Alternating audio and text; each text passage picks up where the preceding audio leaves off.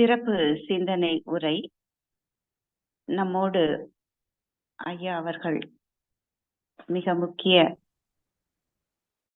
நம்ம ஆச்சான் வேதாத்ரி மகரிஷி அவர்களோடு பல ஆண்டு காலம் இணைந்து பணியாற்றியவர். ஐயா அவர்களை தமிழ் ஆனந்த யோக அருட்தொண்டர்கள் அனைவரின் சார்பாகவும் வாழ்க வளமுடன் என்று வாழ்த்தி வரவேற்கிறோம். ஐயா அவர்களை பற்றிய சில முக்கிய குறிப்புகள். ஐயா அவர்கள் நாகர்கோவிலை பூர்வீகமாக கொண்டவர். ஐயா அவர்கள் 1900 ஒரு நிமிடம்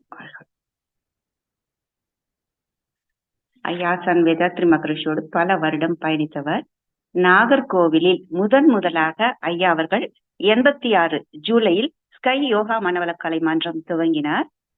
ஐயா அவர்கள் 1984 பிப்ரவரி மாதம் தீட்சை பெற்றார்கள். தீட்சை கொடுத்த ஆசிரியர் AM சுகுமார் ராஜா அவர்கள். ஐயா அவர்கள் 1987 மார்ச் மாதம் ஆசான் வேதாத்ரி மகரிஷி அவர்கள் நேரடியாக கன்னியாகுமரியில் கர்மயோக விளக்கம் என்ற பயிற்சியை முதலாக துவக்கினார். அதனைத் தொடர்ந்து ஐயா அவர்கள் சிறப்பு யோக வாழ்வு பயிற்சி என்று ஒவ்வொரு வருடமும் கன்னியாகுமரியில் தொடர் வகுப்பு நடத்தி வருகிறார்கள். ராதாகிருஷ்ணன் ஐயா அவர்கள் ஆசான் வேதாத்ரி மகரிஷி அவர்களோடு பல வருடங்கள் ஆன்மீக பயணத்தில் உடன் பயணித்தவர். மேலும் 40 வருட ஆன்மீக அனுபவம் நிறைந்தவர். உலக சமுதாய சேவா சங்கத்தின் வளர்ச்சிக்காக தன்னை முழுமையாக அர்ப்பணித்துக் கொண்டு சிறந்த சேவையாற்றியுள்ளார்கள். 1990களில் மதுரை முதல் திருநெல்வேலி, நாகர்கோவில் வரை பல்வேறு இடங்களில் புதிய மனவளக்கலை மன்றங்களை முதலாக தோற்றுவித்தவர். வேதம் குழுமம் 2014 துவங்கி சிறப்பாக நடத்தி பொதுமக்களுக்கு சேவையாற்றி வருகிறார்கள். அதில் பல்வேறு தவம் மற்றும் உயர்நிலை தவம், ஆழ்நிலை தவம், தத்துவங்கள் ஆகியவற்றை மக்களுக்கு நேரடியாகவும் ஆன்லைன் மூலமாகவும் அருள்கிறார்கள். ஐயா அவர்களுக்கு ஞான ரிஷி என்று ஞானாசிரியர் திரு செல்வின் ஐயா அவர்கள் தலைவர் வேதம் குழுமம் அவர்களால் இந்த பட்டம் அருளப்பட்டது. வேதாத்ரிய கிராமம் கோவையில் 2020 துவங்கியுள்ளார்கள். தற்சமயம் 100 அன்பர்கள் நிரந்தரமாக தங்கி பயிற்சி பெறுவதற்கான வசதிகள் அங்கே செய்து வருகிறார்கள். மேலும் குற்றாலம், கன்னியாகுமரி ஆகிய இடங்களில் தொடர் வகுப்புகள், சிறப்பு யோக பயிற்சிகள் நடத்தி வருகிறார்கள். ஆன்மீக அமைப்புகள் மூலம் ஆன்லைன் வகுப்புகள், சிந்தனை உரைகள் அருள்கிறார்கள்.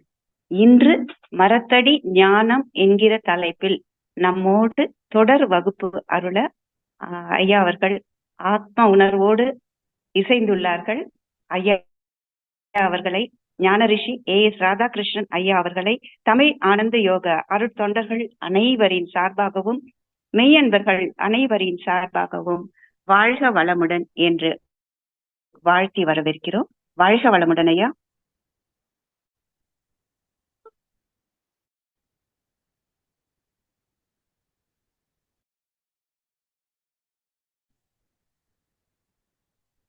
வாழ்க வளமுடன். வாழ்க வையகம், வாழ்க வையகம், வாழ்க வளமுடன். குருவே துணை. குருவின் திருவடி போற்றி, திருவடி சரணம். தமிழ் ஆனந்த யோகத்தில் தங்களை இணைத்துக் கொண்டு நீண்ட காலம் இந்த பயிற்சியில் ஈடுபட்டு கொண்டிருக்கின்ற இருபால் அன்பர்களையும் இந்த இனிய மாலை நேரத்தில் பணிவோடு வணங்கியும் அன்போடு வாழ்த்தியும் மகிழ்ச்சி அடைகின்றேன்.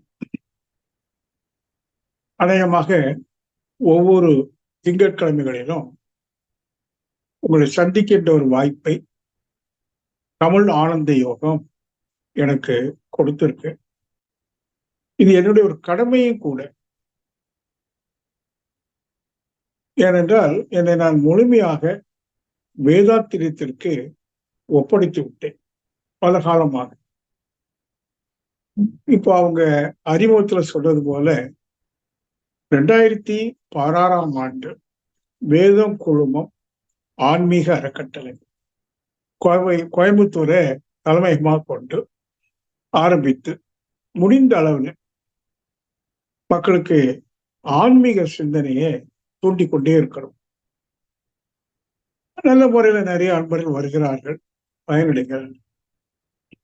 அதுபோல இப்போ தமிழ் ஆனந்த யோகத்திலும் அதன் மூலமாக உங்களை போன்ற அன்பர்களை சந்திக்க இருக்கிறேன். குறிப்பா சிந்தனைக்கு விருந்து. இப்போ நீங்க எல்லோருமே வேதாத்திரி மகிழ்ச்சியை குருவாக ஏற்றுக்கொண்டு தமிழ் ஆனந்த யோகத்திலே பணியாற்றக்கூடிய ஞானாசிரியர்கள் மூலமாக பயிற்சிகளையும் விளக்கங்களையும் தொடர்ந்து கேட்டுக்கொண்டே வர்றீங்க. ஆனா நான் உங்கள்கிட்ட இந்த முதல் நாளே கேட்டுக்கொள்வது, எந்த ஒன்றையும் படிக்கலாம், கேட்கலாம், தவறு இல்லை. ஆனால் எதை கற்றுக்கொள்ள வேண்டுமோ அதை எந்த ஐயமுமின்றி முழுமையாக கற்றுக்கொள்ளணும். முதல்ல கற்ற பிறகு அது அன்றாட வாழ்க்கையில பயன்படுத்தும். கற்க கசடர கற்பவை, கற்ற பின் நிற்க அதற்கு தேவை.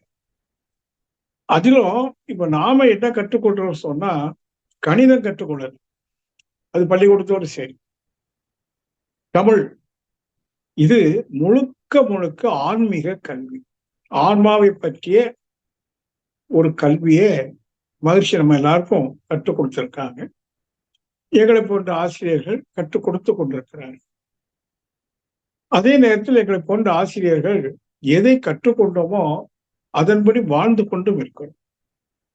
அதுபோல நீங்களும் கற்றுக்கொள்ளணும், அதை அன்றாட வாழ்க்கையில பயன்படுத்தணும். அப்பதான் அது பிரயோஜனம்.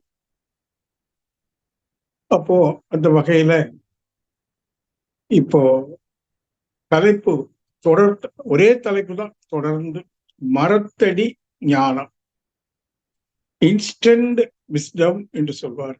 உடனடியா ஞானம் வேணும், இம்மீடியட். எந்த பெரிய முயற்சியும் இல்லாம புரிதலின் மூலமாக அந்த ஞானத்தை அடைவது இல்லையா? இப்போ உங்களுக்கு எல்லாம் தெரியும், சித்தார்த்தன் பின்னாடி கௌதம புத்தனாக அறியப்பட்ட சித்தார்த்தன், அவன் ஒரு இளவரசன், வடநாட்டுல ஒரு இளவரசனாக இருந்தவன். 2600 ஆண்டுகளுக்கு முன்பு அவனுக்கு ஒரு நாள் ஒரு ஐயம் வருது. பொதுமக்களை வீதியில சந்திக்கிற போது அவர்கள் படக்கூடிய துன்பம், நோயினால துன்பம், வறுமையினால துன்பம், மரணத்தினால துன்பம், இப்படி பலவிதமான துன்பங்கள். ஆனா இந்த இளவரசனுக்கு எந்த துன்பமும் இல்லை. ஏன்னா அவன் ராஜ்யபோக வாழ்க்கை வாழக்கூடியவன். ஆனாலும் இந்த துன்பங்களை பார்த்து அவனுக்கு ஒரு ஐயம், இது போல துன்பங்கள் எனக்கு வருமா? ஒரு ஐயம் வந்ததும் அமைச்சர்கிட்ட கேட்கிறான். ஏன்னா எனக்கு அப்ப 29 வயசு, நல்ல இளைஞன், ராஜபோக வாழ்க்கை வாழ்றான். துன்பத்தினுடைய அடையாளம் எதுவுமே அவனுக்கு தெரியாது சித்தார்த்தனுக்கு. அப்ப அமைச்சர் சொல்றாரு, வரும் நாள் ஆக ஆக உனக்கும் வயோதிகம் வரும், நோய் வரும், மரணம் நிச்சயமா வரும். அவர் கேட்கலாம், ஏன் அப்படின்னு. அதுக்கு சரியான விடை அவர் கொடுக்கப்பட முடியல. அப்ப அந்த விடையை தேடி அவ வீட்டையும் நாட்டையும் விட்டு அன்று இரவே காட்டுக்குள்ள போயிட்டான். அந்த காலத்துல வனங்களில் தான் ரிஷிகள் இருப்பாங்க. அப்போ அவர்களெல்லாம் போய் சந்திச்சு இந்த துன்பங்களுக்கு என்ன காரணம், துன்பங்களை தவிர்த்து வாழ்வது எப்படி, இதுதான் முக்கியமான கேள்வி. நமக்கு அதே கேள்வி இருக்கு. இன்றைய சமுதாயத்துல எல்லாரும் ஏதோ ஒரு வகையில துன்பத்தை தழுவிதான் வாழ்றாங்க. உடல்ல நோய் இருக்கலாம், கடன் தொல்லை இருக்கலாம், உறவுகள்ல விரிசல்கள் ஏற்படலாம், பலவிதமான பிரச்சனை, சமுதாய பிரச்சனை, இயற்கை பிரச்சனை சொல்லி பல துன்பங்களை சந்தித்துக் கொண்டுதான் இருக்கிறோம். ஆனா நம்ம எல்லோருக்குமே துன்பப்படாம மகிழ்ச்சியா வாழ்வது எப்படி, அப்படிதான் நமக்குள்ளேயும் ஒரு எண்ணம் இருக்கு. இது சித்தார்த்தனுக்கு எழுந்தது. அதுக்கு விடை தேடி காட்டுக்குள்ள சென்றான். பல ரிஷிகளை சந்திக்கிறான், மகான்களை சந்திக்கிறான். கிட்டத்தட்ட 6 ஆண்டு காலம் ஓடி போகும். சித்தார்த்தனுக்கு இப்போ 35 வயது. பலரும் பலவிதமான காரணங்களை சொல்றாங்க துன்பத்திற்கு. அதிலிருந்து விடுபடுவதற்கும் சில பல காரணங்களை சொல்றாங்க. ஆனா என்னவோ சித்தார்த்தனுக்கு அது அவ்வளவு திருப்தியாக இல்லை. அவன் கொடுத்த விடை பதில் இவனுக்கு திருப்தியை கொடுக்கல. அப்ப ரொம்ப சோர்வுடைய அடைந்து 6 ஆண்டுக்கு பிறகு ஒரு நாள் முடிவெடுக்கிறான். இனி இந்த போன்ற கேள்விகளை யாரிடமும் கேட்பதில்லை. வேண்டாம், போதும், 6 வருஷம் கஷ்டப்பட்டது போதும், எலும்பு தோலமாயிட்டான் சொல்லிட்டு முதல் முறையா ஒரு மரத்துக்கு அடியில போய் உட்கார். மரத்தடி, அதை பிற்காலத்துல போதி மரம் என்று சொல்லுவாங்க. அந்த மரத்துக்குள்ள போய் உட்கார்றான். ரொம்ப சோர்வு, விட கிடைக்கலைங்கிற மன கஷ்டம் எல்லாம் இருக்கு. இருந்தாலும் முடிவெடுத்துட்டான். இனி நான் கேள்வி கேட்பதில்லை, தேடுவதும் இல்லை. No more questions and no more seekings. தேடுவதோ கேட்பதோ இல்லை, வேண்டாம். ஒரு ஸ்ட்ராங்கா ஒரு முடிவு எடுத்துட்டு அந்த மரத்துக்களை உட்காரா. இரவு 10 மணி சுமார். அன்னைக்கு முழு நிலவு. உட்கார்ந்து முதல் முறையா கண்ட மூடி அப்படியே உட்காரு. அருணகிரிநாதன் உட்கார்ந்தா பாருங்க. சும்மா இரு சொல்லற என்ற அசிரியரை கேட்டு எப்படி முழுக்க முழுக்க சும்மா இருந்தான். அந்த சும்மாங்கிறது என்னன்னு கேட்டீங்கன்னா, எந்த டென்ஷனும் இல்லாம, ஃப்ரஸ்ட்ரேஷன் இல்லாம, சும்மா ஜஸ்ட் பி, அப்படியே கண்ணம். ஏன்னா அவன் எல்லாத்தையும் விட்டுட்டான். Leave leave, no more questions அப்படின்னு உட்கார். அவ்வளவுதான். அதிகாலை ஒரு 4-4:30 மணி இருக்கும். கண் விழிக்கிறான். அவனுக்கு கேட்ட கேள்விக்கெல்லாம் பதில் கிடைச்சிருச்சு. அவனுக்குள்ள இருந்து இன்ட்யூஷன் என்று சொல்லும். எப்ப வெளியில் தேடலையோ எதையும், அது ஞானமா இருந்தாலும் சரி, பதில் சொன்னாலே ஞானம் தானே. ஒரு கேள்விக்கு பதில் கிடைச்சிட்டு அது ஒரு ஞானம் தானே. எதையுமே வெளியில தேட வேண்டாம், கேட்க வேண்டாம் என்ற ஒரு தீர்மானம். அதெல்லாம் உட்கார்ந்ததும் அவனுடைய எண்ணங்கள் எல்லாம் நின்று போச்சு. அவனை அறியாமலேயே முதல் முறையா அந்த எண்ணங்கள் இல்லாத வெறும் மனதோடு உட்கார்ந்தான் பாருங்க. கிட்டத்தட்ட 6 மணி நேரம் கண் விழிக்கிறான். அவனுடைய ஐயங்கள் எல்லாம் போயிடுச்சு. அவன் ஞானமாயிடும். மரத்தடி ஞானங்கள் தான். இத வள்ளுவர் சொல்றாரு பாருங்க. ஐயப்படாது அகத்தது உணர்வானை தெய்வத்தோடு ஒப்பக்கொள். ஐயப்படாது. வெளியில கேள்வி கேட்கிறோம், பதில் வருது, அது சரிதான் எப்படி தெரியும்? ஒரு ஐயம் வருது பாரு. நீ யார்கிட்ட வேணாலும் கேள்வி கேளுங்க, பதில் சொல்றாரு, அது அப்படியே நீங்க ஏற்றுக்கொள்ள முடியாது இல்லையா? அப்ப அதை பற்றி சிந்திக்கிற போது ஒரு டவுட் வரும். ஆனா வள்ளுவர் சொல்றாரு, அப்படி எந்த டவுட்டும் இல்லாம இருக்கணுமானா உன்னிடமே கேள்வி கேளு, உன்னிடமே பதிலை தேடு. அதான் ஐயப்படாது அகத்து அது உனக்குள்ளேயே அந்த கேள்விக்கு பதிலை தேடு. அங்க ஒரு உணர்வு கிடைக்கும், உள்ளுணர்வு. உணர்வானை தெய்வத்தோடு ஒப்பக்கொள். அவன் தன்னை இறைவனாகவே அறியறான். இறைவன்னா முழுமுதற் பொருள்னு அர்த்தம். அதுதான் ஞானம். இப்ப ஞானம்னா என்ன? தன் உள்ளிருந்து வரக்கூடிய ஒரு பதில், அது முத்தாய்ப்பான பதில். அதுக்கு மேல நோ மோர் கொஸ்டின்ஸ். முடிஞ்சு போச்சு. ஞானம் கிடைத்த பிறகு அதுக்கு ஒரு சிந்திக்கலாம் வாய்ப்பு இல்லை. இப்ப ஞானத்தை பற்றி பலவிதமான விளக்கம் கொடுக்குறாங்க, அவங்க அறிவுக்கு தக்கவாறு. ஆனா நேரடியான பொருள் என்னன்னு கேட்டீங்கன்னா, தெளிந்த நல் அறிவு. மகாகவி பாரதியும் அதான் சொல்லுவாங்க, தெளிந்த நல்ல அறிவு தான் ஞானம். அறிவு தெளிவாகும். தெளிவான நோ டவுட்ஸ், எந்த ஐயமும் இல்லை. இப்போ அந்த நிலைக்கு வரும். அது எங்க இருக்குதுன்னு சூட்சுமா சொல்றாரு பாருங்க, உனக்குள்ள இருக்குங்க. நீ உண்மையில் தேடுகிற எதுவா இருந்தாலும் சரி. இன்னைக்கு நாம எல்லாரும் எதையோ தேடிட்டு இருக்கிறோம். ஆன்மீகம் மட்டும் இல்லை, பொருள் துறையில, அரசியல் துறையில, கலை இலக்கிய துறையில, எத்தனையோ துறையில எதையோ தேடுறோம். ஆனா சொல்லப்படுவது, நீ எதை வேணாலும் தேடு, எதற்காக தேடுகிறாய் என்ற ஒரு கேள்வியை முன்னிறுத்தினால் ஒரு பதில் கிடைக்குமே. இதற்காக. அது உன்னுள் இருக்கிறது. அதான் ரகசியம். பைபிள்ல ஒரு நல்ல வசனம் இருக்கு. The kingdom of God is within you. இறைவனுடைய ஆளுமை உன்னுள் நிகழ்கிறது. இப்போ நம்முடைய வேதாத்திரிய சித்தாந்தத்தைப்படி தெய்வம்னா என்ன? அறிவு. அறிவும் ஆற்றல். சுத்த வெளியில அடக்கமாக இருந்து பேராற்றலுடைய பேரறிவு தான் தெய்வம். வேதாத்திரிய கருத்து மட்டுமல்ல, மகாகவி பாரதியார் அறிவே தெய்வம் ஒரு தலைப்பு ஒரு பாடலே வச்சிருக்க. காடனை மாடனை வேடனை தெய்வம் என்று வணங்கும் அறிவொளிகள், 1000 தெய்வம் உண்டென்று அலையும் அறிவொளிகள், அறிவொன்றே தெய்வம் என்று அறியீரோ. அது மாதிரி திருவள்ளுவர், தாய்மானவர், ராமலிங்க சுவாமிகள் யாரும் பார்த்தாலும் சரி, அறிவுதான் தெய்வம். எப்போ அறிவு தெளிவா இருந்து, அறிவுல குழப்பம் இருக்குமானா அது தெய்வீகம் அல்ல. அப்ப அத்தகைய அறிவு எங்க இருக்குதா? உன்னுள் நிகழ்கிறது. த கிங்டம் ஆஃப் காட், இறையின் ஆளுமை. இறைன அறிவு, அறிவனுடைய ஆளுமை உன்னுள் நிகழ்கிறது. இப்போ நாம எங்க தேடணும்? உள்ள.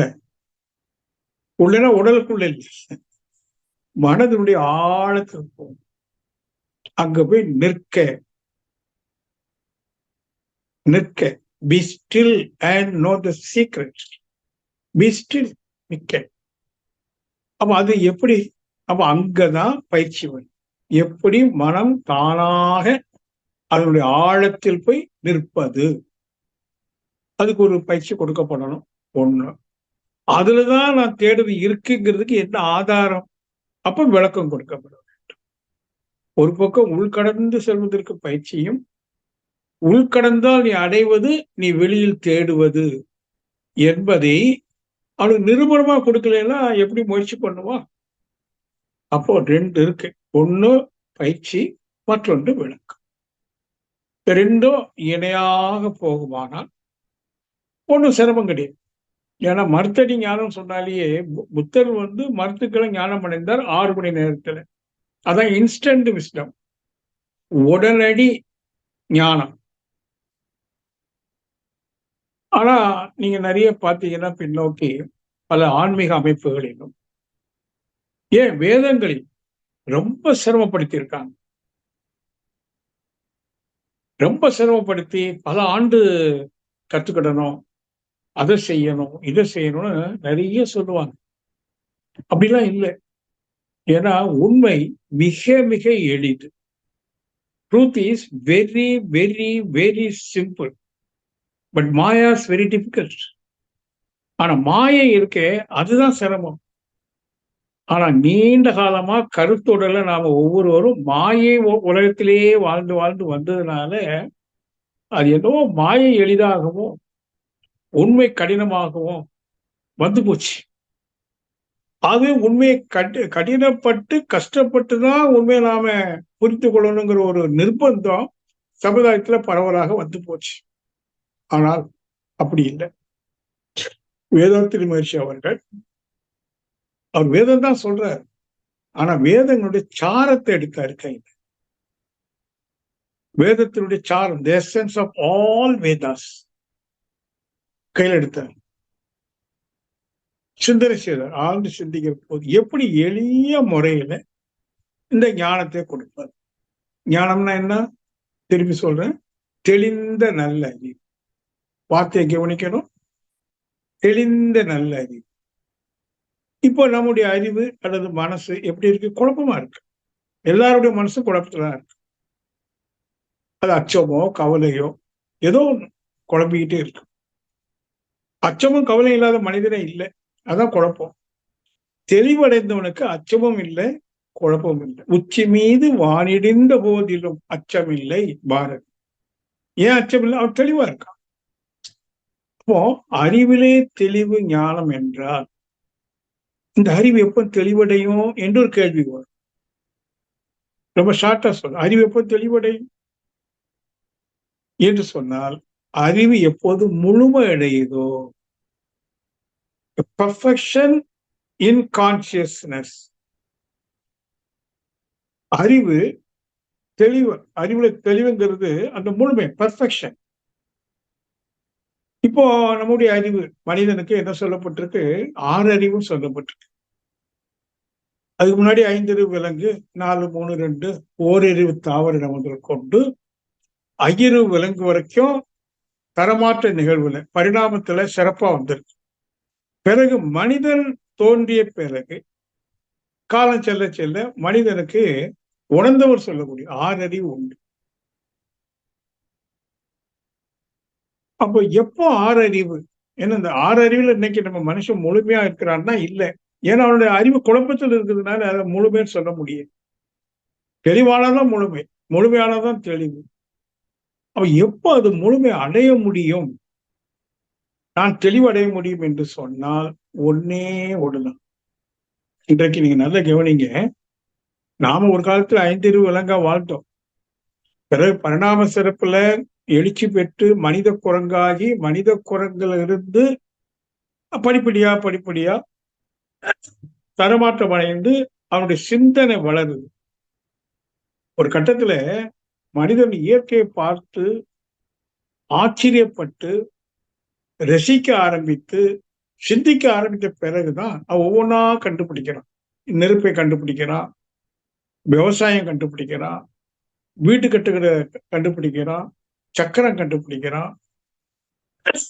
இப்படி கண்டுபிடிச்சு அண்மையில ஒரு 200-300 ஆண்டுக்குள்ளதான் பாத்தீங்கன்னா மின்சாரத்தை கண்டுபிடிச்சான். கவனிச்சீங்களா? மின்சாரம் கண்டுபிடித்த இந்த 200-300 ஆண்டுக்குள்ளாக மிக மிக வேகமா மனிதனுடைய விஞ்ஞான அறிவு உயர்ந்துடுச்சு. இன்னைக்கு நாம வாழ்ற வாழ்க்கை தரம் இருக்க மிக அற்புதமான அதீதமான மின்சாதனங்களை பயன்படுத்தி வாழ்க்கை ரொம்ப சிம்பிளா ஆனா சொஃபாஸ்டிகேட்டடா வாழ்ந்துட்டு இருக்கோம். அப்ப அறிவு என்னாச்சு? வளர்ந்துகிட்டே இருக்கு. ஆனா இத்தனை வாழ்க்கை வசதி பெற்ற பிறகும், பொருளீட்டுகிற வாய்ப்பும் நிரம்ப கிட்டிய பிறகும் எல்லா வசதியும் கிடைச்சு போச்சு. இன்னைக்கு ஒரு நடுத்தர குடும்பத்தில் கூட நீங்க நல்லா கவனிச்சீங்கன்னா எல்லா விதமான மின்சாதனங்களும் இருக்கு இல்லையா? வேணா ஏசி இல்லாம இருக்கலாம், ஒரு 2 வீலர் பைக் இருக்கு, மிக்சி இருக்கு, கிரைண்டர் இருக்கு, டெலிபோன் இருக்கு, டெலிவிஷன் இருக்கு, எல்லாம் இருக்கு. இது எதனால? மனிதனோட 6வது அறிவின் எழுச்சியினால அது விஞ்ஞான அறிவாக இழந்து இத்தனை வசதிகளையும் நமக்கு தந்திருக்கு. ஆனா நம்ம என்ன கேட்டுக்கொள்ளணும்? இத்தனை வசதியிலும் பெற்ற நாம மன நிறைவோடு அமைதியாக மகிழ்ச்சியாக வாழ்கிறோமா? இல்லை. இது இன்னைக்கு உள்ள கேள்வி இல்லை, காலகாலமா இந்த கேள்வி உண்டு. 150 ஆண்டுகளுக்கு முன்பு சிகாகோல சுவாமி விவேகானந்தர் இந்து மதத்தினுடைய பிரதிநிதியா பேச போயிருக்கிறார். அவருடைய பேச்சு கேட்டு எல்லாருக்கும் மகிழ்ச்சி, ஆச்சரியம். அவரை அங்கேயே உட்கார வச்சுட்டாங்க. என்னன்னா இவர்கிட்ட கத்துக்க வேண்டியது நிறைய இருக்குன்னு சொல்லிட்டு அங்கேயே இருக்கிறார். காலம் போகுது. ஒரு நாள் கூட்டத்துல கேட்கிறார், சுவாமி நாங்க அமெரிக்காவில் ஒரு ஹைலி சொஃபாஸ்டிகேட்டட் லைஃப், அதாவது மெட்டீரியல் லைஃப்ல பொருள் சார்ந்த வாழ்க்கையில அதிகபட்சம் நாங்க அனுபவிச்சாச்சு, இனி அனுபவித்துக் கொண்டு இல்லை அப்பவே சொல்றாங்க. ஆனால் we are getting bored, ரொம்ப போர் அடிக்குது. மட்டும் இல்லை, திருப்தி இல்லை, எங்க வாழ்க்கையில திருப்தியே இல்லை. ஸோ வாட் இஸ் நெக்ஸ்ட் அப்படின்னு கேட்கிறாங்க. அடுத்தது என்ன கிடைச்சா நாங்க திருப்தி அடைய முடியும், மகிழ்ச்சி அடைய முடியும்? அது விவேகானந்த சுவாமிகள் சொல்றாங்க, next is nothing but spirituality. ஆன்மீகம்தான். ஆன்மீகம் என்ன? ஆன்மாவை பற்றிய நாலேஜ், அறிவு. இப்ப விஞ்ஞான அறிவு வந்துருச்சு, அதனால வாழ்க்கை தரம் உயர்ந்துருச்சு. ஆனா வாழும் தரம் இன்னும் கீழதான் இருக்கு. சரி, திருமணம் பண்ணிக்கிட்டோம், கணவன் மனைவியா வாழ்றோம், இல்லறத்துல வாழ்றோம். அந்த உறவு உச்சக்கட்ட உறவு. இறுதி வரைக்கும் ஒருத்தருக்கு ஒருத்தர் துணையாக இருக்கக்கூடிய ஒரே உறவு வாழ்க்கை துணை. அம்மா இறந்துருவாங்க, அப்பா இறந்துருவாங்க, பசங்கள்லாம் அவங்க பார்க்க ஓடிடுவாங்க, அவங்க ஜாப் தேடி அமெரிக்கா லண்டன் போயிடுவாங்க. இங்க ஆட்சி ஐயர் தனியா அவங்க என்ன பண்றது? அந்த 2 பேரும் தான் வாழ்ல கடைசி நாள் வரைக்கும் இணை பிரியாது இருப்பாங்க. ஆனால் கேள்வி, அவங்களுக்குள்ள அந்த உறவு பலமா இருக்கா, பலவீனமா இருக்கா? உங்களுக்குள்ளே கேட்டுக்கொள்ளும். அப்போ பலவீனமா தான் இருக்கு. அப்ப என்ன புரிஞ்சுக்கிறோம்? வாழும் தரம் நமக்கு சரியா வரல. வாழ்க்கை தரம் கிடைச்சிருச்சு, வாழும் தரம் வரல. என்ன காரணம் அப்படிங்கிற போது உணர்ந்தவர் சொல்வது, நீ விஞ்ஞான அறிவுல உச்சத்துக்கு போனாலும் மெய்ஞான அறிவுன்னு ஒண்ணு இருக்கு, மெய்ஞானம்னு ஒண்ணு இருக்கு. விஞ்ஞானம் என்று சொன்னால் விண் வரைக்கும் செல்ற ஞானம். விண் எப்படி? விண்ணுடைய இயக்கத்தை எல்லாம் அளக்கிற காலம் விஞ்ஞான காலம். ஆனா அந்த நுண் துகளுடைய மூலம் என்ன கண்டுபிடிக்கல. ஆனா மெஞ்ஞானம் அது கண்டுபிடிக்கிறது. மெய்ஞானம், உண்மையான ஞானம். அப்ப விஞ்ஞானம் உண்மை அல்ல, இல்லை, முழுமையான ஞானம் அல்ல. விஞ்ஞானம் முழுமையான ஞானம் அல்ல, ஆனால் மெய்ஞானம் முழுமையான ஞானம். அந்த முழுமையான ஞானம் கிடைத்த பிறகுதான் உன்னுடைய வாழும் தரம் சிறப்படை. வாழ்க்கை தரம் இருக்கு, வாழும் தரம் வேணுமானம். இன்னொன்னு இருக்கு பாருங்க, மெஞ்ஞான உணர்வு பெற்ற பிறகு வாழ்க்கை தரம் ரொம்ப குறைவா இருந்தால், குடிச வீட்டுல இருந்தால், மிக்சி இல்ல, கிரைண்டர்ல ஒண்ணும் இல்லை, ஆனா அவருடைய வாழும் தரம் சிறப்பா இருக்கும். வாழும் தரம்னா என்ன? அன்போடு வாழ்வுதான் வாழும் தரம். த பியூர் லவ் வித்தவுட் கண்டாமினேஷன். எந்த உள்நோக்கமும் இல்லாத, மாசு இல்லாத சுத்த அன்பு, பியூர் லவ். அதான் வாழும் தரம், உச்சம். அது எப்போ வரும் சொல்றாங்க? மெய் ஞானம், நீ உண்மையை உணர்ந்த பிறகு.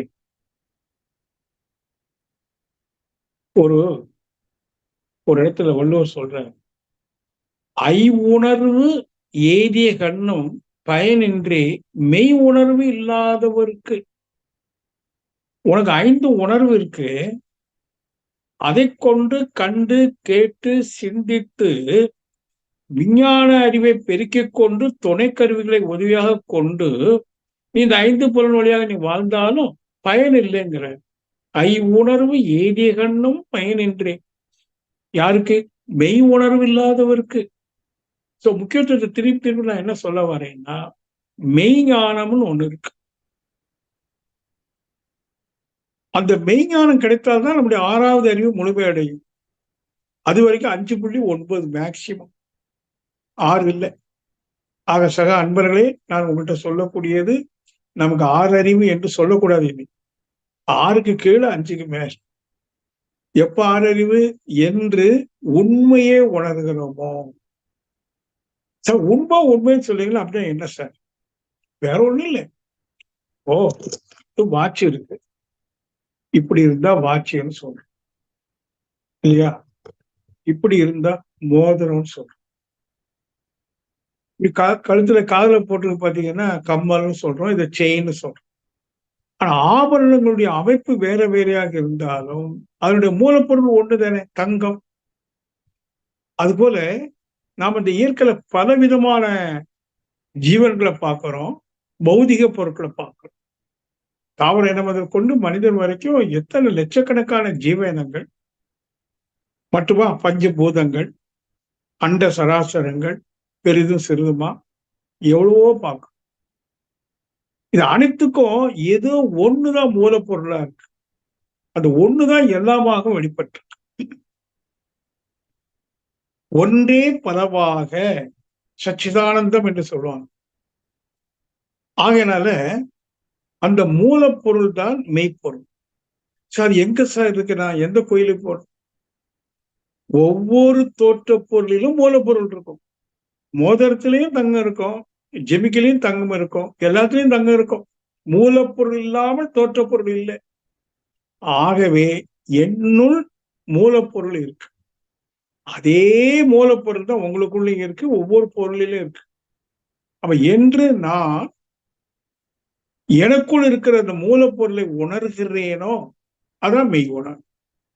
அது உணரும் போது அறிவு, ஆறாவது அறிவு முழுமை அடையுது, முழுமையான தெளிவடையுது. கிளாரிட்டி இன் கான்சியஸ்னஸ் என்று சொல்லுவோம். அறிவுல clarity, then no more doubts. அந்த கிளாரிட்டி வருது பாருங்க, அதான் ஞானம். அது பிறகு அறிவதுக்கு ஒண்ணும் இல்லை. இந்த அளவுக்கு ஒரு ஆழமான விஷயம் மெய்ஞானம். அத மரத்தடி ஞானம் சொல்ல காரணம்னு கேட்டீங்கன்னா, அதுக்கு வேண்டி எவ்வளவு வருஷங்கள் படிக்கணும்னு கேட்டீங்கன்னா தேவையில்லை, 3 நாள் போதும். ஆனா நீங்க அதுக்கு தகுதியுடையவர்களா இருக்கணும். குறுகிய காலத்துல உணர்ந்தவர்கள் விளக்கமா சொல்லும் போது, உணர்த்துவாங்க சொல்லுது, உணர்ந்தவர்கள் உணர்த்தி விடுவார்கள் என்று நான் சொல்லுது. உணர்ந்தவர்கள் விளக்குவார். What is what, what is what, மெய்ஞானம்னா என்னன்னு விளக்குவாங்க. அந்த விளக்கத்தை கேட்டு திரும்பி கேட்டு முழுமையா உள்வாங்கி இப்பவே சிந்தித்து யாரால தெளிவடைய முடியுமோ அவளுக்கு அன்னைக்கே ஞானம். இப்போ சில டைம் நீங்க பாருங்க, இந்த செல்போன்லயே யூடியூப்ல பாத்தீங்கன்னா சமையல் கலைன்னு நிறைய வருது. எங்க வீட்டுல நிறைய பார்ப்பாங்க. ஏதோ ஒரு பொண்ணு வந்துட்டு இன்னைக்கு நான் இதை பண்றேன் அதை பண்றேன்னு செய்து காட்டுவாங்க. கேட்டீங்கன்னா எல்லாம் கேட்குறது ரொம்ப சிம்பிளா இருக்கும். இவங்க அதை கேட்டுட்டு வந்து செஞ்சாங்கன்னு வைங்களேன், அவ்வளவுதான். ஏன்னா அந்த தியரிட்டிக்கல் கிளாஸ் வந்து நல்லா தான் இருக்கு. What about practice? ஒரு தடவை 4 பேர் சேர்ந்தாதான் வரும். ஆக ஞானம் என்பது கேட்கிற போது புரிந்தது போல இருக்கும். ஆனா உங்கள யார் யாருக்கு எதை கேட்டாலும் முழுமையா உள்வாங்கக்கூடிய சக்தி இருக்கும். கேட்டதை நினைவில் பதிவாக வைக்கிற சக்தி இருக்கும். பதிய வைத்ததை எடுத்து மீண்டும் சிந்தித்து சிந்தித்து, அவருக்கு என்ன வேணும்? ஒண்ணு விவேக புத்தி, இன்னொன்னு வைராக்கியம். இந்த 2 இருந்தால் 3 நாட்கள்ல நீங்க ஞானிகள். சிரமம் கிடையாது. அஞ்ஞானம் தான் சிரமம், ஞானம் சிரமம் அல்ல. ஞானம் என்பது முழுமையை உணர்வது. பாருங்க, ஒரு இயேசு மகான் ஒரு இடத்துல ஒரு வசனம் சொல்றார், நீங்க நல்லா கவனிக்கணும். அந்த காலத்திலே மக்கள்லாம் போய் தேடிட்டு இருந்தாங்களா, அவர் சொன்னாரு, பரலோக ராஜ்யம் சமீபத்தில் இருக்கிறது, மனம் திரும்புங்கள். பரலோக ராஜ்யம்னா என்ன? இறைவன் வைத்துக் கொள்ளுங்களேன், பரம்பொருள், முழுமுதற் பொருள், மெய்ப்பொருள், தெய்வம். அந்த முழுமையான பொருள் எங்க இருக்குன்னு கேட்டா சமீபத்திலுங்கிற, it's very near to you. நீ அப்ப தேட வேண்டிய அவசியம் கூட இல்லையா. மனம் திரும்பி பார். அவர் ஒரு க்ளூ கொடுக்கிறாரு, என் மனிதா, உன்னுடைய மனம் புலன்கள் வாயிலாக வெளியில மேய்ந்து எதையோ நுணுப்புல் போல மேய்ந்து நீ தேடிக்கிட்டே இருக்கிற. இக்கரைக்கு அக்கறை பச்சைன்னு அங்க இல்லப்பா, இது உன்கிட்டே இருக்கு, நீ மனம் திரும்புங்கிற. அப்படின்னா என்ன அர்த்தம்? இந்த மனம் புலன் வழி வெளியில போகாம உள்நோக்கி திரும்புமானால் அந்த பரலோக ராஜ்யத்தை நீ உணர்ந்து கொள்ள முடியும். இறையின் ஆளுமையை நீ உணர்ந்து கொள்ள முடியும். அறிவாற்றலை நீ உணர்ந்து கொள்ள முடியும். அவ்வாறு உணரும் போது 6வது அறிவு முழுமை அடையுது, ஞானம் என்கிற நிலையானே.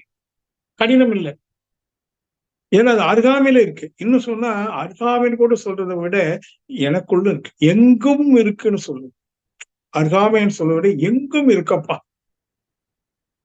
எங்கோ இருக்குதுன்னு சொன்னா நீ தேடணும், எங்கும் இருப்பதை பார்க்கணும். 2க்கு வித்தியாசம். தேடிப்பார் அல்ல, தேடாமல் பார்க்கலாம். எங்கோ இருக்குது அப்படின்னா நீங்க தேடிப்போம், தப்பு இல்லை. இது எங்கும் இருக்குன்னா ஜஸ்ட் ஹேவ் எ லுக். பார்க்க வேண்டியதுதானே. அப்ப எப்படி பார்க்கிறது, மனதை எப்படி திருப்புவதுங்கிறது தான் இப்ப நம்மளுடைய பிரச்சனை. ஏன்னா ஜென்மாந்தரங்கள்ல இந்த மனம் எப்படி பழகி பழகி கருத்தொடரா வந்திருக்குன்னு கேட்டீங்கன்னா, புலன்வழி வாழ்ந்தே பழகி வந்திருக்கு. புலன்கள் வாயிலாக புறம் நின்று வாழ்கிற ஒரு தன்மை தான் மனதுக்கு இப்ப இருக்கு இல்லையா? இப்போ இல்லம்மா, நீ புலன்வழி இல்லாமையும் உன்னால இருக்க முடியுங்கிறத காட்டி கொடுப்பது தான் ஒரு குருனுடைய வேலை.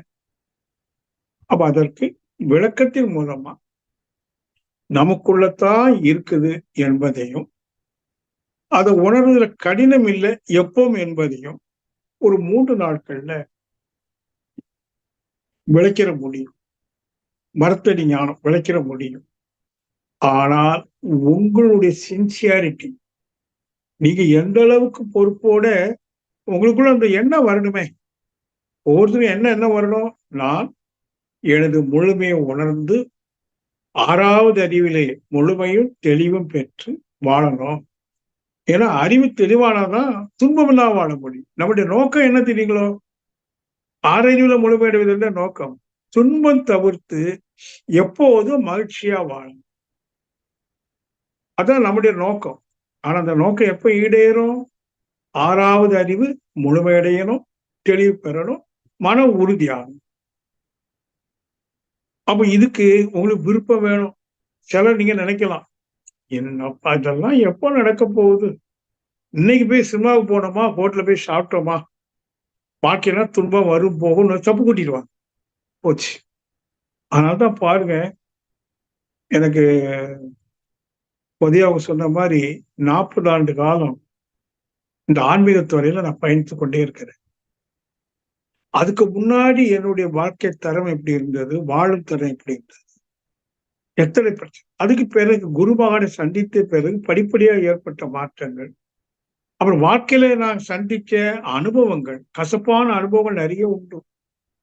ஆனா அது கசப்பான அனுபவமா இருந்தாலும் அதுதான் என்னை செப்பனிட்டது. கொஞ்சம் கொஞ்சமா தான் செப்பனிட முடியும். ஒரு பாதையில ஒரு நல்ல சிலையை ஒரு சிற்பி உருவாக்குறான்னு சொன்னா ஒரே நாள்ல முடியாது. மெதுவா அது உன்னிப்பா கவனிச்சு இல்லையா செதுக்கிறோம்.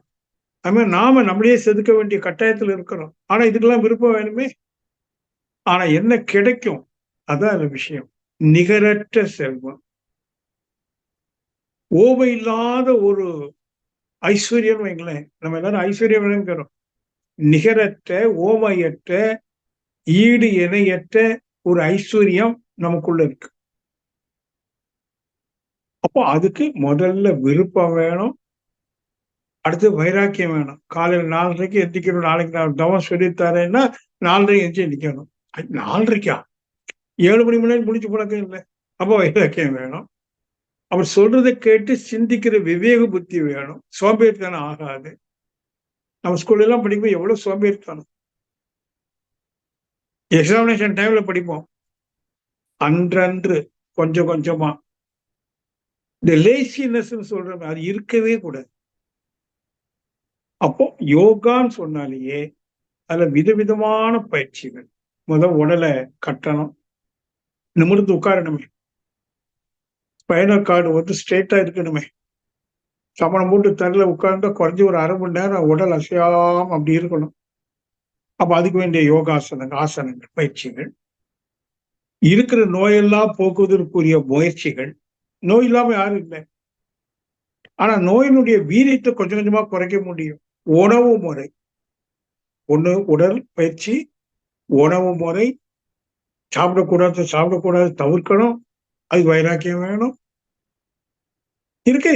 இது இவ்வளவு இருந்தா விருப்பம், வைராக்கியம், விவேக புத்தி 3 இருந்தால் நிச்சயமா இதை கேட்கிற நீங்க ஒவ்வொருத்தரும் ஒரு புத்தனை போல, ஒரு இயேசு மகானை போல, ஒரு ஆதி சங்கரர் போல, ஒரு நபிகள் நாயகம் போல, வள்ளலார் போல, ரமண மகிழ்ச்சி போல, ஏன் அருட்தந்தை வேதாத்திரி மகிழ்ச்சி, நம்முடைய குருமகான், நேரடி குருமகான், அவரை போல நாம் ஒவ்வொருவரும் அடைய முடியும்.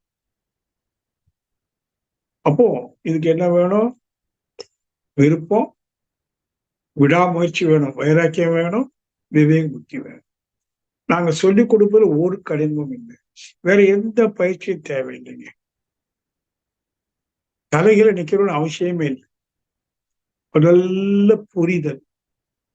புரிதலே ஞானம் என்று கிருஷ்ண பகவான் அர்ஜுனன் குருஷேத்திர போர்க்களத்துல சொல்றான். Understanding is wisdom. ஆனா அந்த விஸ்டம் மெய்ஞானம்னு சொல்ல முடியாது. மெய்ஞானத்தை பற்றி புரிதல், ஜஸ்ட் அண்டர்ஸ்டாண்ட். ஆனா எப்போ முழுமையடையும்? Realisation is wisdom. எதை ரியலைஸ் பண்ணணும், எதை நீ புரிஞ்சுக்கிட்டியோ, எந்த உண்மையை புரிந்து கொண்டோமோ அதை உணர்வுக்கு வரும்போது அது விஸ்டம்னு சொல்லலாம். என்லைட்மெண்ட்னு ஒரு வார்த்தை. என்லைட்மெண்ட்.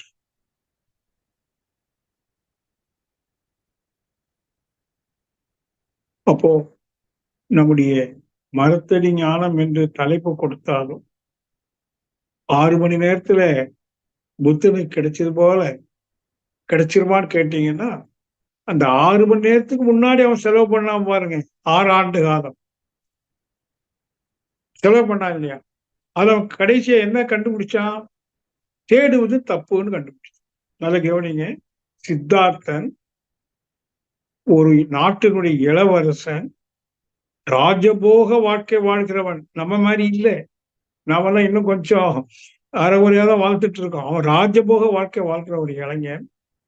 அதெல்லாம் விட்டுட்டு உன்னை தேடுறான்னா எவ்வளவு வைராக்கியம் இருக்கும், எவ்வளவு கடு சித்தம் இருக்கணும். அத்தகைய 6 ஆண்டு தேடி அவன் நமக்கு மறைமுகமா என்ன சொல்றான்? கிடைக்கலேங்கிறான். கிடைக்கலே சொல்றது மட்டும் இல்லை, இன்னொன்னு மறைமுகமா சொல்றான், தேடாதேன்னு சொல்றான். தேடணும்பா. ஒரு சித்தார்த்தனுடைய அனுபவத்தை நாம எடுக்கணும். அது தேடி பெறக்கூடியது அல்ல. ஞானம் தேடி பெறுவதோ கேட்டு பெறுவதோ அல்ல. அது தனக்குள்ளே உணர்ந்து பெறக்கூடிய ஒரு பொக்கிஷம். அப்ப இது அவனுக்கு தெரியறதுக்கு 6 ஆண்டு ஆயிருக்கு. நான் உங்கள்கிட்ட என்ன சொல்றேன்? ஆகவே நீங்க நல்ல விவரம் உள்ள ஆட்கள்லாம் வெளியில தேடாது, எந்த கோயிலையும் தேடாதீங்க.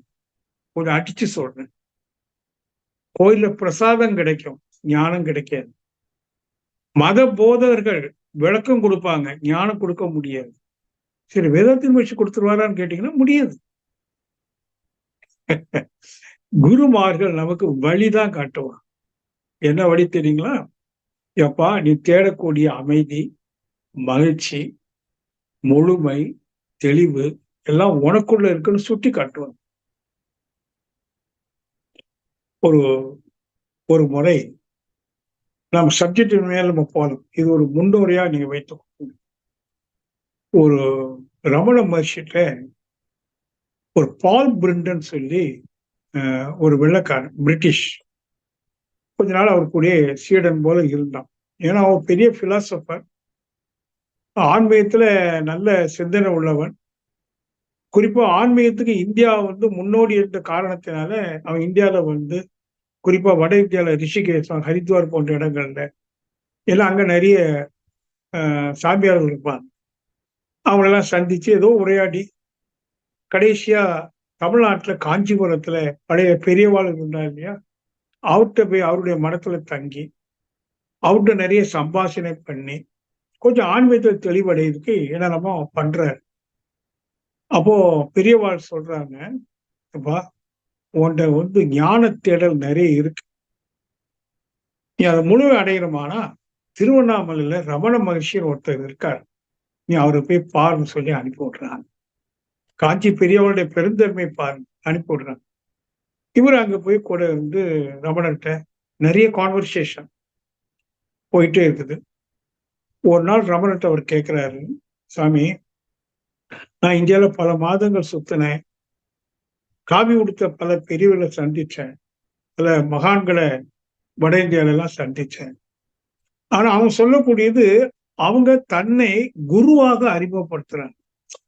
என்னை சத்குரு என்று சொல்லு, அல்ல ஞான ரிஷி என்று சொல்லு, ஆர் ஃபூலிஷ்னஸ் அப்படின்னு தன்னை குருவா ஏத்துக்க சொல்றாங்க.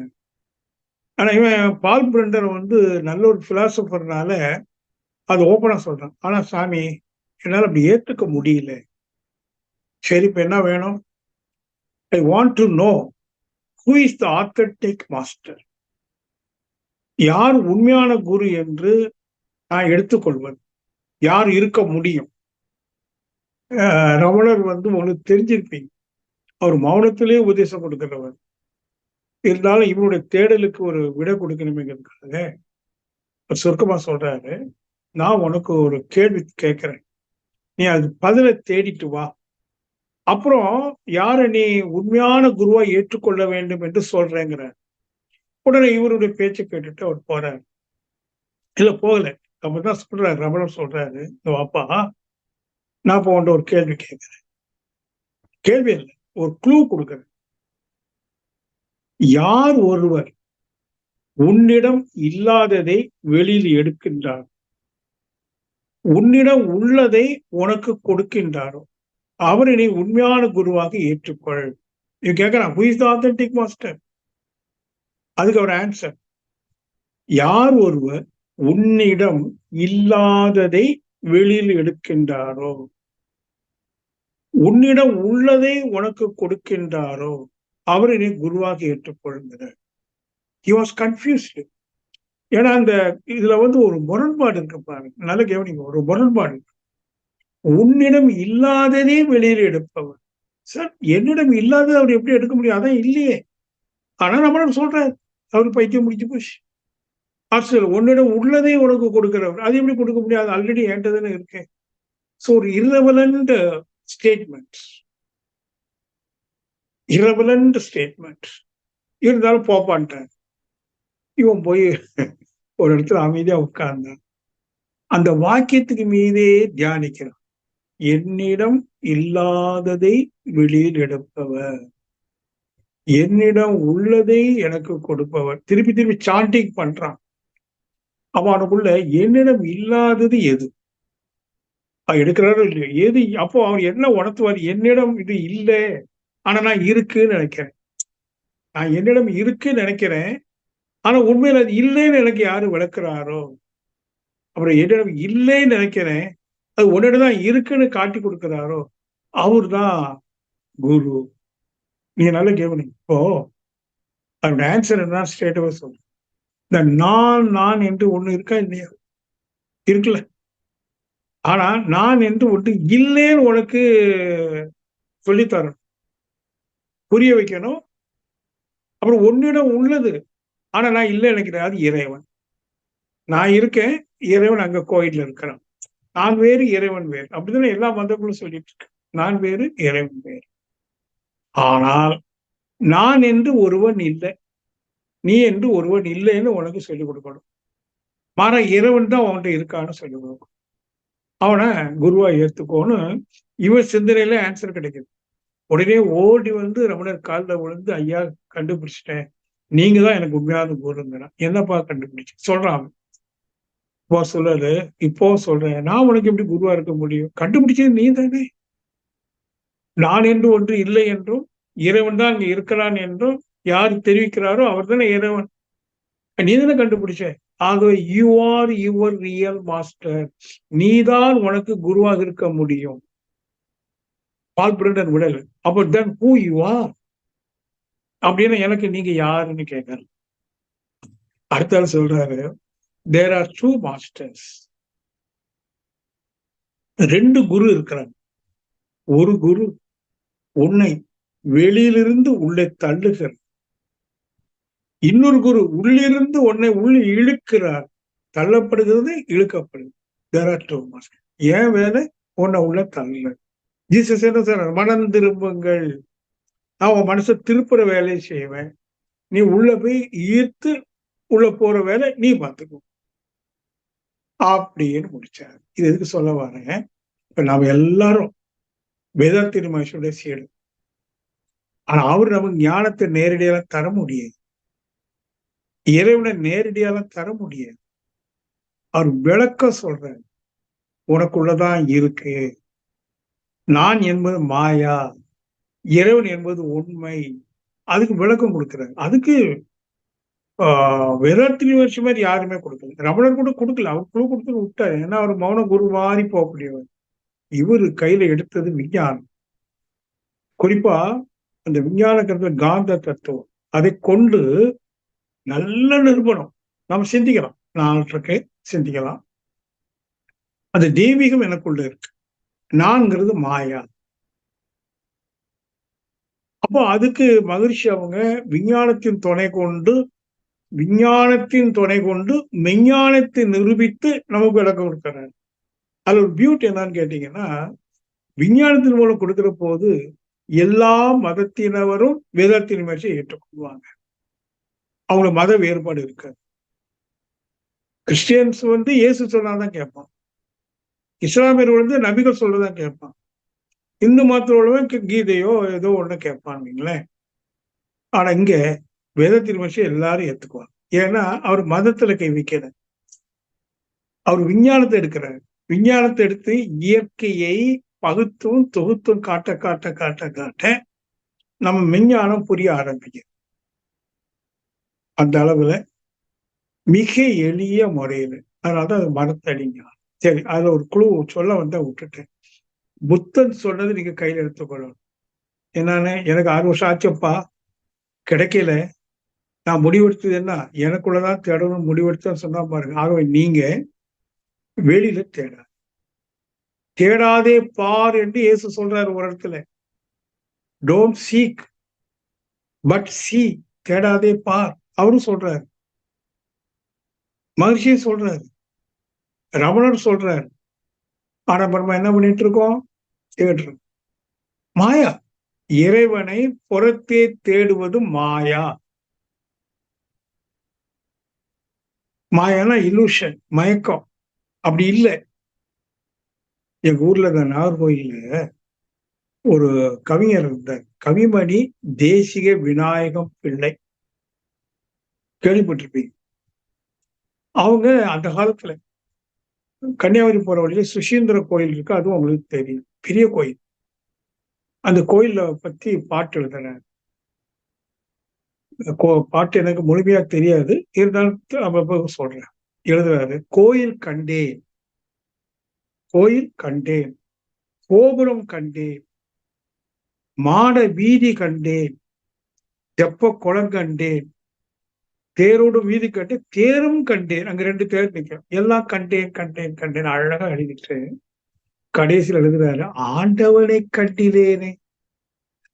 இதான் பியூட்டி. எல்லாம் இருக்கா, இறைவனை காணவே. அடுத்த விஷயம், அவன் உள்ளத்தில் உள்ளானடி. இப்ப பாருங்க, எது கோயில்? இப்போ உள்ளம் பெருங்கோயில், ஊனுடம்பு ஆலயம், வள்ளல் பிரானுக்கு வாய்க்கோபுர வாசல், தெல்ல தெளிந்தாருக்கு ஜீவன் சிவலிங்கம். நல்ல கவனிக்க பாருங்க, ஒரு கண்டிஷன் சொல்ல, தெல்ல தெளிந்தாருக்கு இந்த உயிர்தாயா சிவன், அது வரல. தெரியாதவனுக்கு அந்த சிவலிங்கம்னு ஒரு கல்லுல பாக்குறோமே, அது தப்பு இல்லை, அது இருக்கட்டும். ஆனா அத கண்டிஷன் சொல்ல, தெல்ல தெளிந்தாருக்கு ஜீவன் சிவலிங்கம், கல்ல புலனைந்து காலாமணி விளக்கே. அன்புல இதெல்லாம் ஏன் சொல்றேன்னா, இது ஆழமான விஷயம். உங்களுக்குள்ள ஒரு விருப்பம் இருக்கா பாருங்க. ஏதோ மாலை நேரம் பேசுறாங்க, பொழுதுபோக்கலான்லாம் வரக்கூடாது. இது பொழுதுபோக்கு அம்சம் அல்ல. இது முழுக்க முழுக்க நம்முடைய 6வது அறிவை கொண்டது. வேதாத்திரி மகிழ்ச்சி மாதிரி ஆதி முதல் அந்த வரைக்கும். ஆதி என்பது சுத்தவெளி எனும் சிவம், அந்தம் என்பது மனித மனம் வரைக்கும் உள்ள தரமாற்ற நிகழ்வை மிக அழகா பிரம்மஞானம் என்கிற தலைப்புல கொடுத்திருக்காங்க. ஆனா அதை எடுத்து நாம அலசி அலசி அலசி பகுத்து பகுத்து பார்த்து சிந்தித்து நமக்கு சிந்திக்கிற வல்லமை இருக்கு. அந்த அளவுக்கு நீங்க வைராக்கிய விபத்தோடு வாங்க, நாம தொடர்ந்து கற்றுக்கொள்வோம். இதுக்கு கொஞ்சம் புற உலக தியாகம் பண்ண வேண்டியது ஒண்ணு. பெருசு வேணுமானா சின்னதை விட்டா தானே கிடைக்கும். இப்போ நம்ம சின்னதை கெட்டியா பிடிச்சு வச்சிருக்கோம், எனது எனது எனது. இதை பிடிச்சு வச்சுக்கிட்டா கையில வைக்கிறது வேற வாய்ப்பு இல்லை. நீங்க பிடிக்க வேண்டியதை பிடிக்கல, பிடிக்க வேண்டாத பிடிச்சு வச்சிருக்கோம். இதை விட்டாதான் அதை பிடிக்க முடியும். அப்ப அதை பற்றி உள்ள ரகசியங்கள் அந்த மரத்தடியில், அதாவது within no moment how to attain wisdom, அப்போ அதுக்கு முன்னாடி சில பக்குவங்கள் தேவைப்படும். அதை பற்றி தான் நம்ம அதிகமா சிந்திக்க போறோம். சிந்திப்போம். நிச்சயமா ஒரு நாள் வரும். The day of enlightenment. Until that you have to wait. வாழ்க வளமுடன். தொண்டை கொஞ்சம் கரகரக்குது. இன்னைக்கு இதோட நிறைவு செய்வோம். இனி ஒவ்வொரு திங்கட்கிழமையும் சொல்லியிருக்காங்க, மாதத்துக்கு 4 திங்கட்கிழமை வரும். ஆனா நான் அடிக்கடி வெளியில போறதுனால ஏதோ ஒரு திங்கட்கிழமையா வர முடியாத ஒரு சூழல் ஏற்படும். அன்னைக்கு ஏதோ ஒரு அட்ஜஸ்ட்மெண்ட் பண்ணிக்கலாம். சரிங்களா? எல்லாருக்கும் என்னுடைய நன்றியை. இவ்வளவு நேரம் 1 மணி நேரம் செவி கொடுத்ததுக்காகவே நான் உங்களை எல்லாம் பாராட்டணும். நன்றியை பாராட்டுதல்களை உங்களுக்கும். தமிழ் ஆனந்த யோகம் அமைப்பாளர், ஒருங்கிணைப்பாளர் அனைவருக்கும் என்னுடைய நன்றியை, பாராட்டுதல்களை, வாழ்த்துக்களை, வணக்கங்களை கூறி நிறைவு செய்கிறேன். வாழ்க வளமுடன், வாழ்க வளமுடன், வாழ்க வளமுடன். நிறைவுமா? தியானமே யோகம், யோகமே ஞானம். மிக்க நன்றிங்க ஐயா. ஐயா நன்மணி ஐயா, வாழ்க வளமுடன். வாழ்க வளமுடன். நன்மணியே வந்திருக்கீங்களா? ஐயா வாழ்க வளமுடன். வாழ்க வளமுடன். வாழ்க வளமுடன். நீங்க வந்து தெரியாம போச்சே. மெய்யன்பர்களே, இன்றைய மரத்தடி ஞானத்தில் அடியனுக்கு கிடைத்த ஒரு ஞானம் என்ன என்றால், ராதாகிருஷ்ணன் சார் பயிற்சியில நாங்கள் எல்லாம் கன்னியாகுமரி போகும்பொழுது, ஒவ்வொரு தடவை போகும்பொழுதும் ஒவ்வொரு ஞானத்தை நாங்கள் பெற்று வருவோம். ஞானம்னா முழுமையான ஞானம் இல்லை, அது வாழ்க்கையில ஒரு ஞானம் என்பது, நமக்கு ஒரு தெளிவு என்பது கிடைக்கும். இன்னைக்கு ஐயா பேசுனதுல வாழ்க்கை தரம், வாழும் தரம், இந்த 2 வார்த்தைகள் அதெல்லாம் அடிக்கடி ஐயா உச்சரித்து கொண்டே இருந்ததாக எனக்கு தெரிந்தது. இதுல வாழ்க்கை தரம் உயர்ந்திருக்கிறது, ஆனால் வாழும் தரம் உயரவில்லை அப்படிங்கிறது தான் இன்னைக்கு இருக்கக்கூடிய சமுதாய சூழ்நிலைன்னு ஐயா சொன்னாங்க. ஆனா இந்த வாழ்க்கை தரம் உயர்ந்த நிலையிலும் இந்த வாழும் தரத்தையும் உயர்த்த முடியும். சரி, அந்த வாழ்க்கை தரம் சாதாரணமாக இல்லை என்று சொன்னாலும் இந்த வாழும் தரம் ஒரே மாதிரியாக இருக்க முடியும் அப்படிங்கிறது தான் இன்னைக்கு ஐயா சொல்ல வந்தாங்க. அப்படி பார்க்கும் பொழுது அருட்தந்தை வேதாத்ரி மகரிஷி அவர்கள் பல வசதிகளில் இருந்து எல்லாவற்றையும் இழந்து, அந்த வாழ்க்கை தரம் எல்லாம் இழந்து, கடைசியில அந்த நிலையிலும், எல்லாவற்றையும் இழந்த நிலையிலும் மகரிஷி என்ன சொல்றாரு, இன்முகம் அப்படின்னு அவரு சொல்றத நாங்க கேட்டிருக்கிறோம். இன்முகம், இந்த நேரத்திலும் இன்முகம் அப்படின்னு சொல்றாரு. அப்ப அங்க வாழும் தரம் அங்க குறையல. அப்படி ஒரு மகானை நாம் பெற்றிருக்கிறோம்.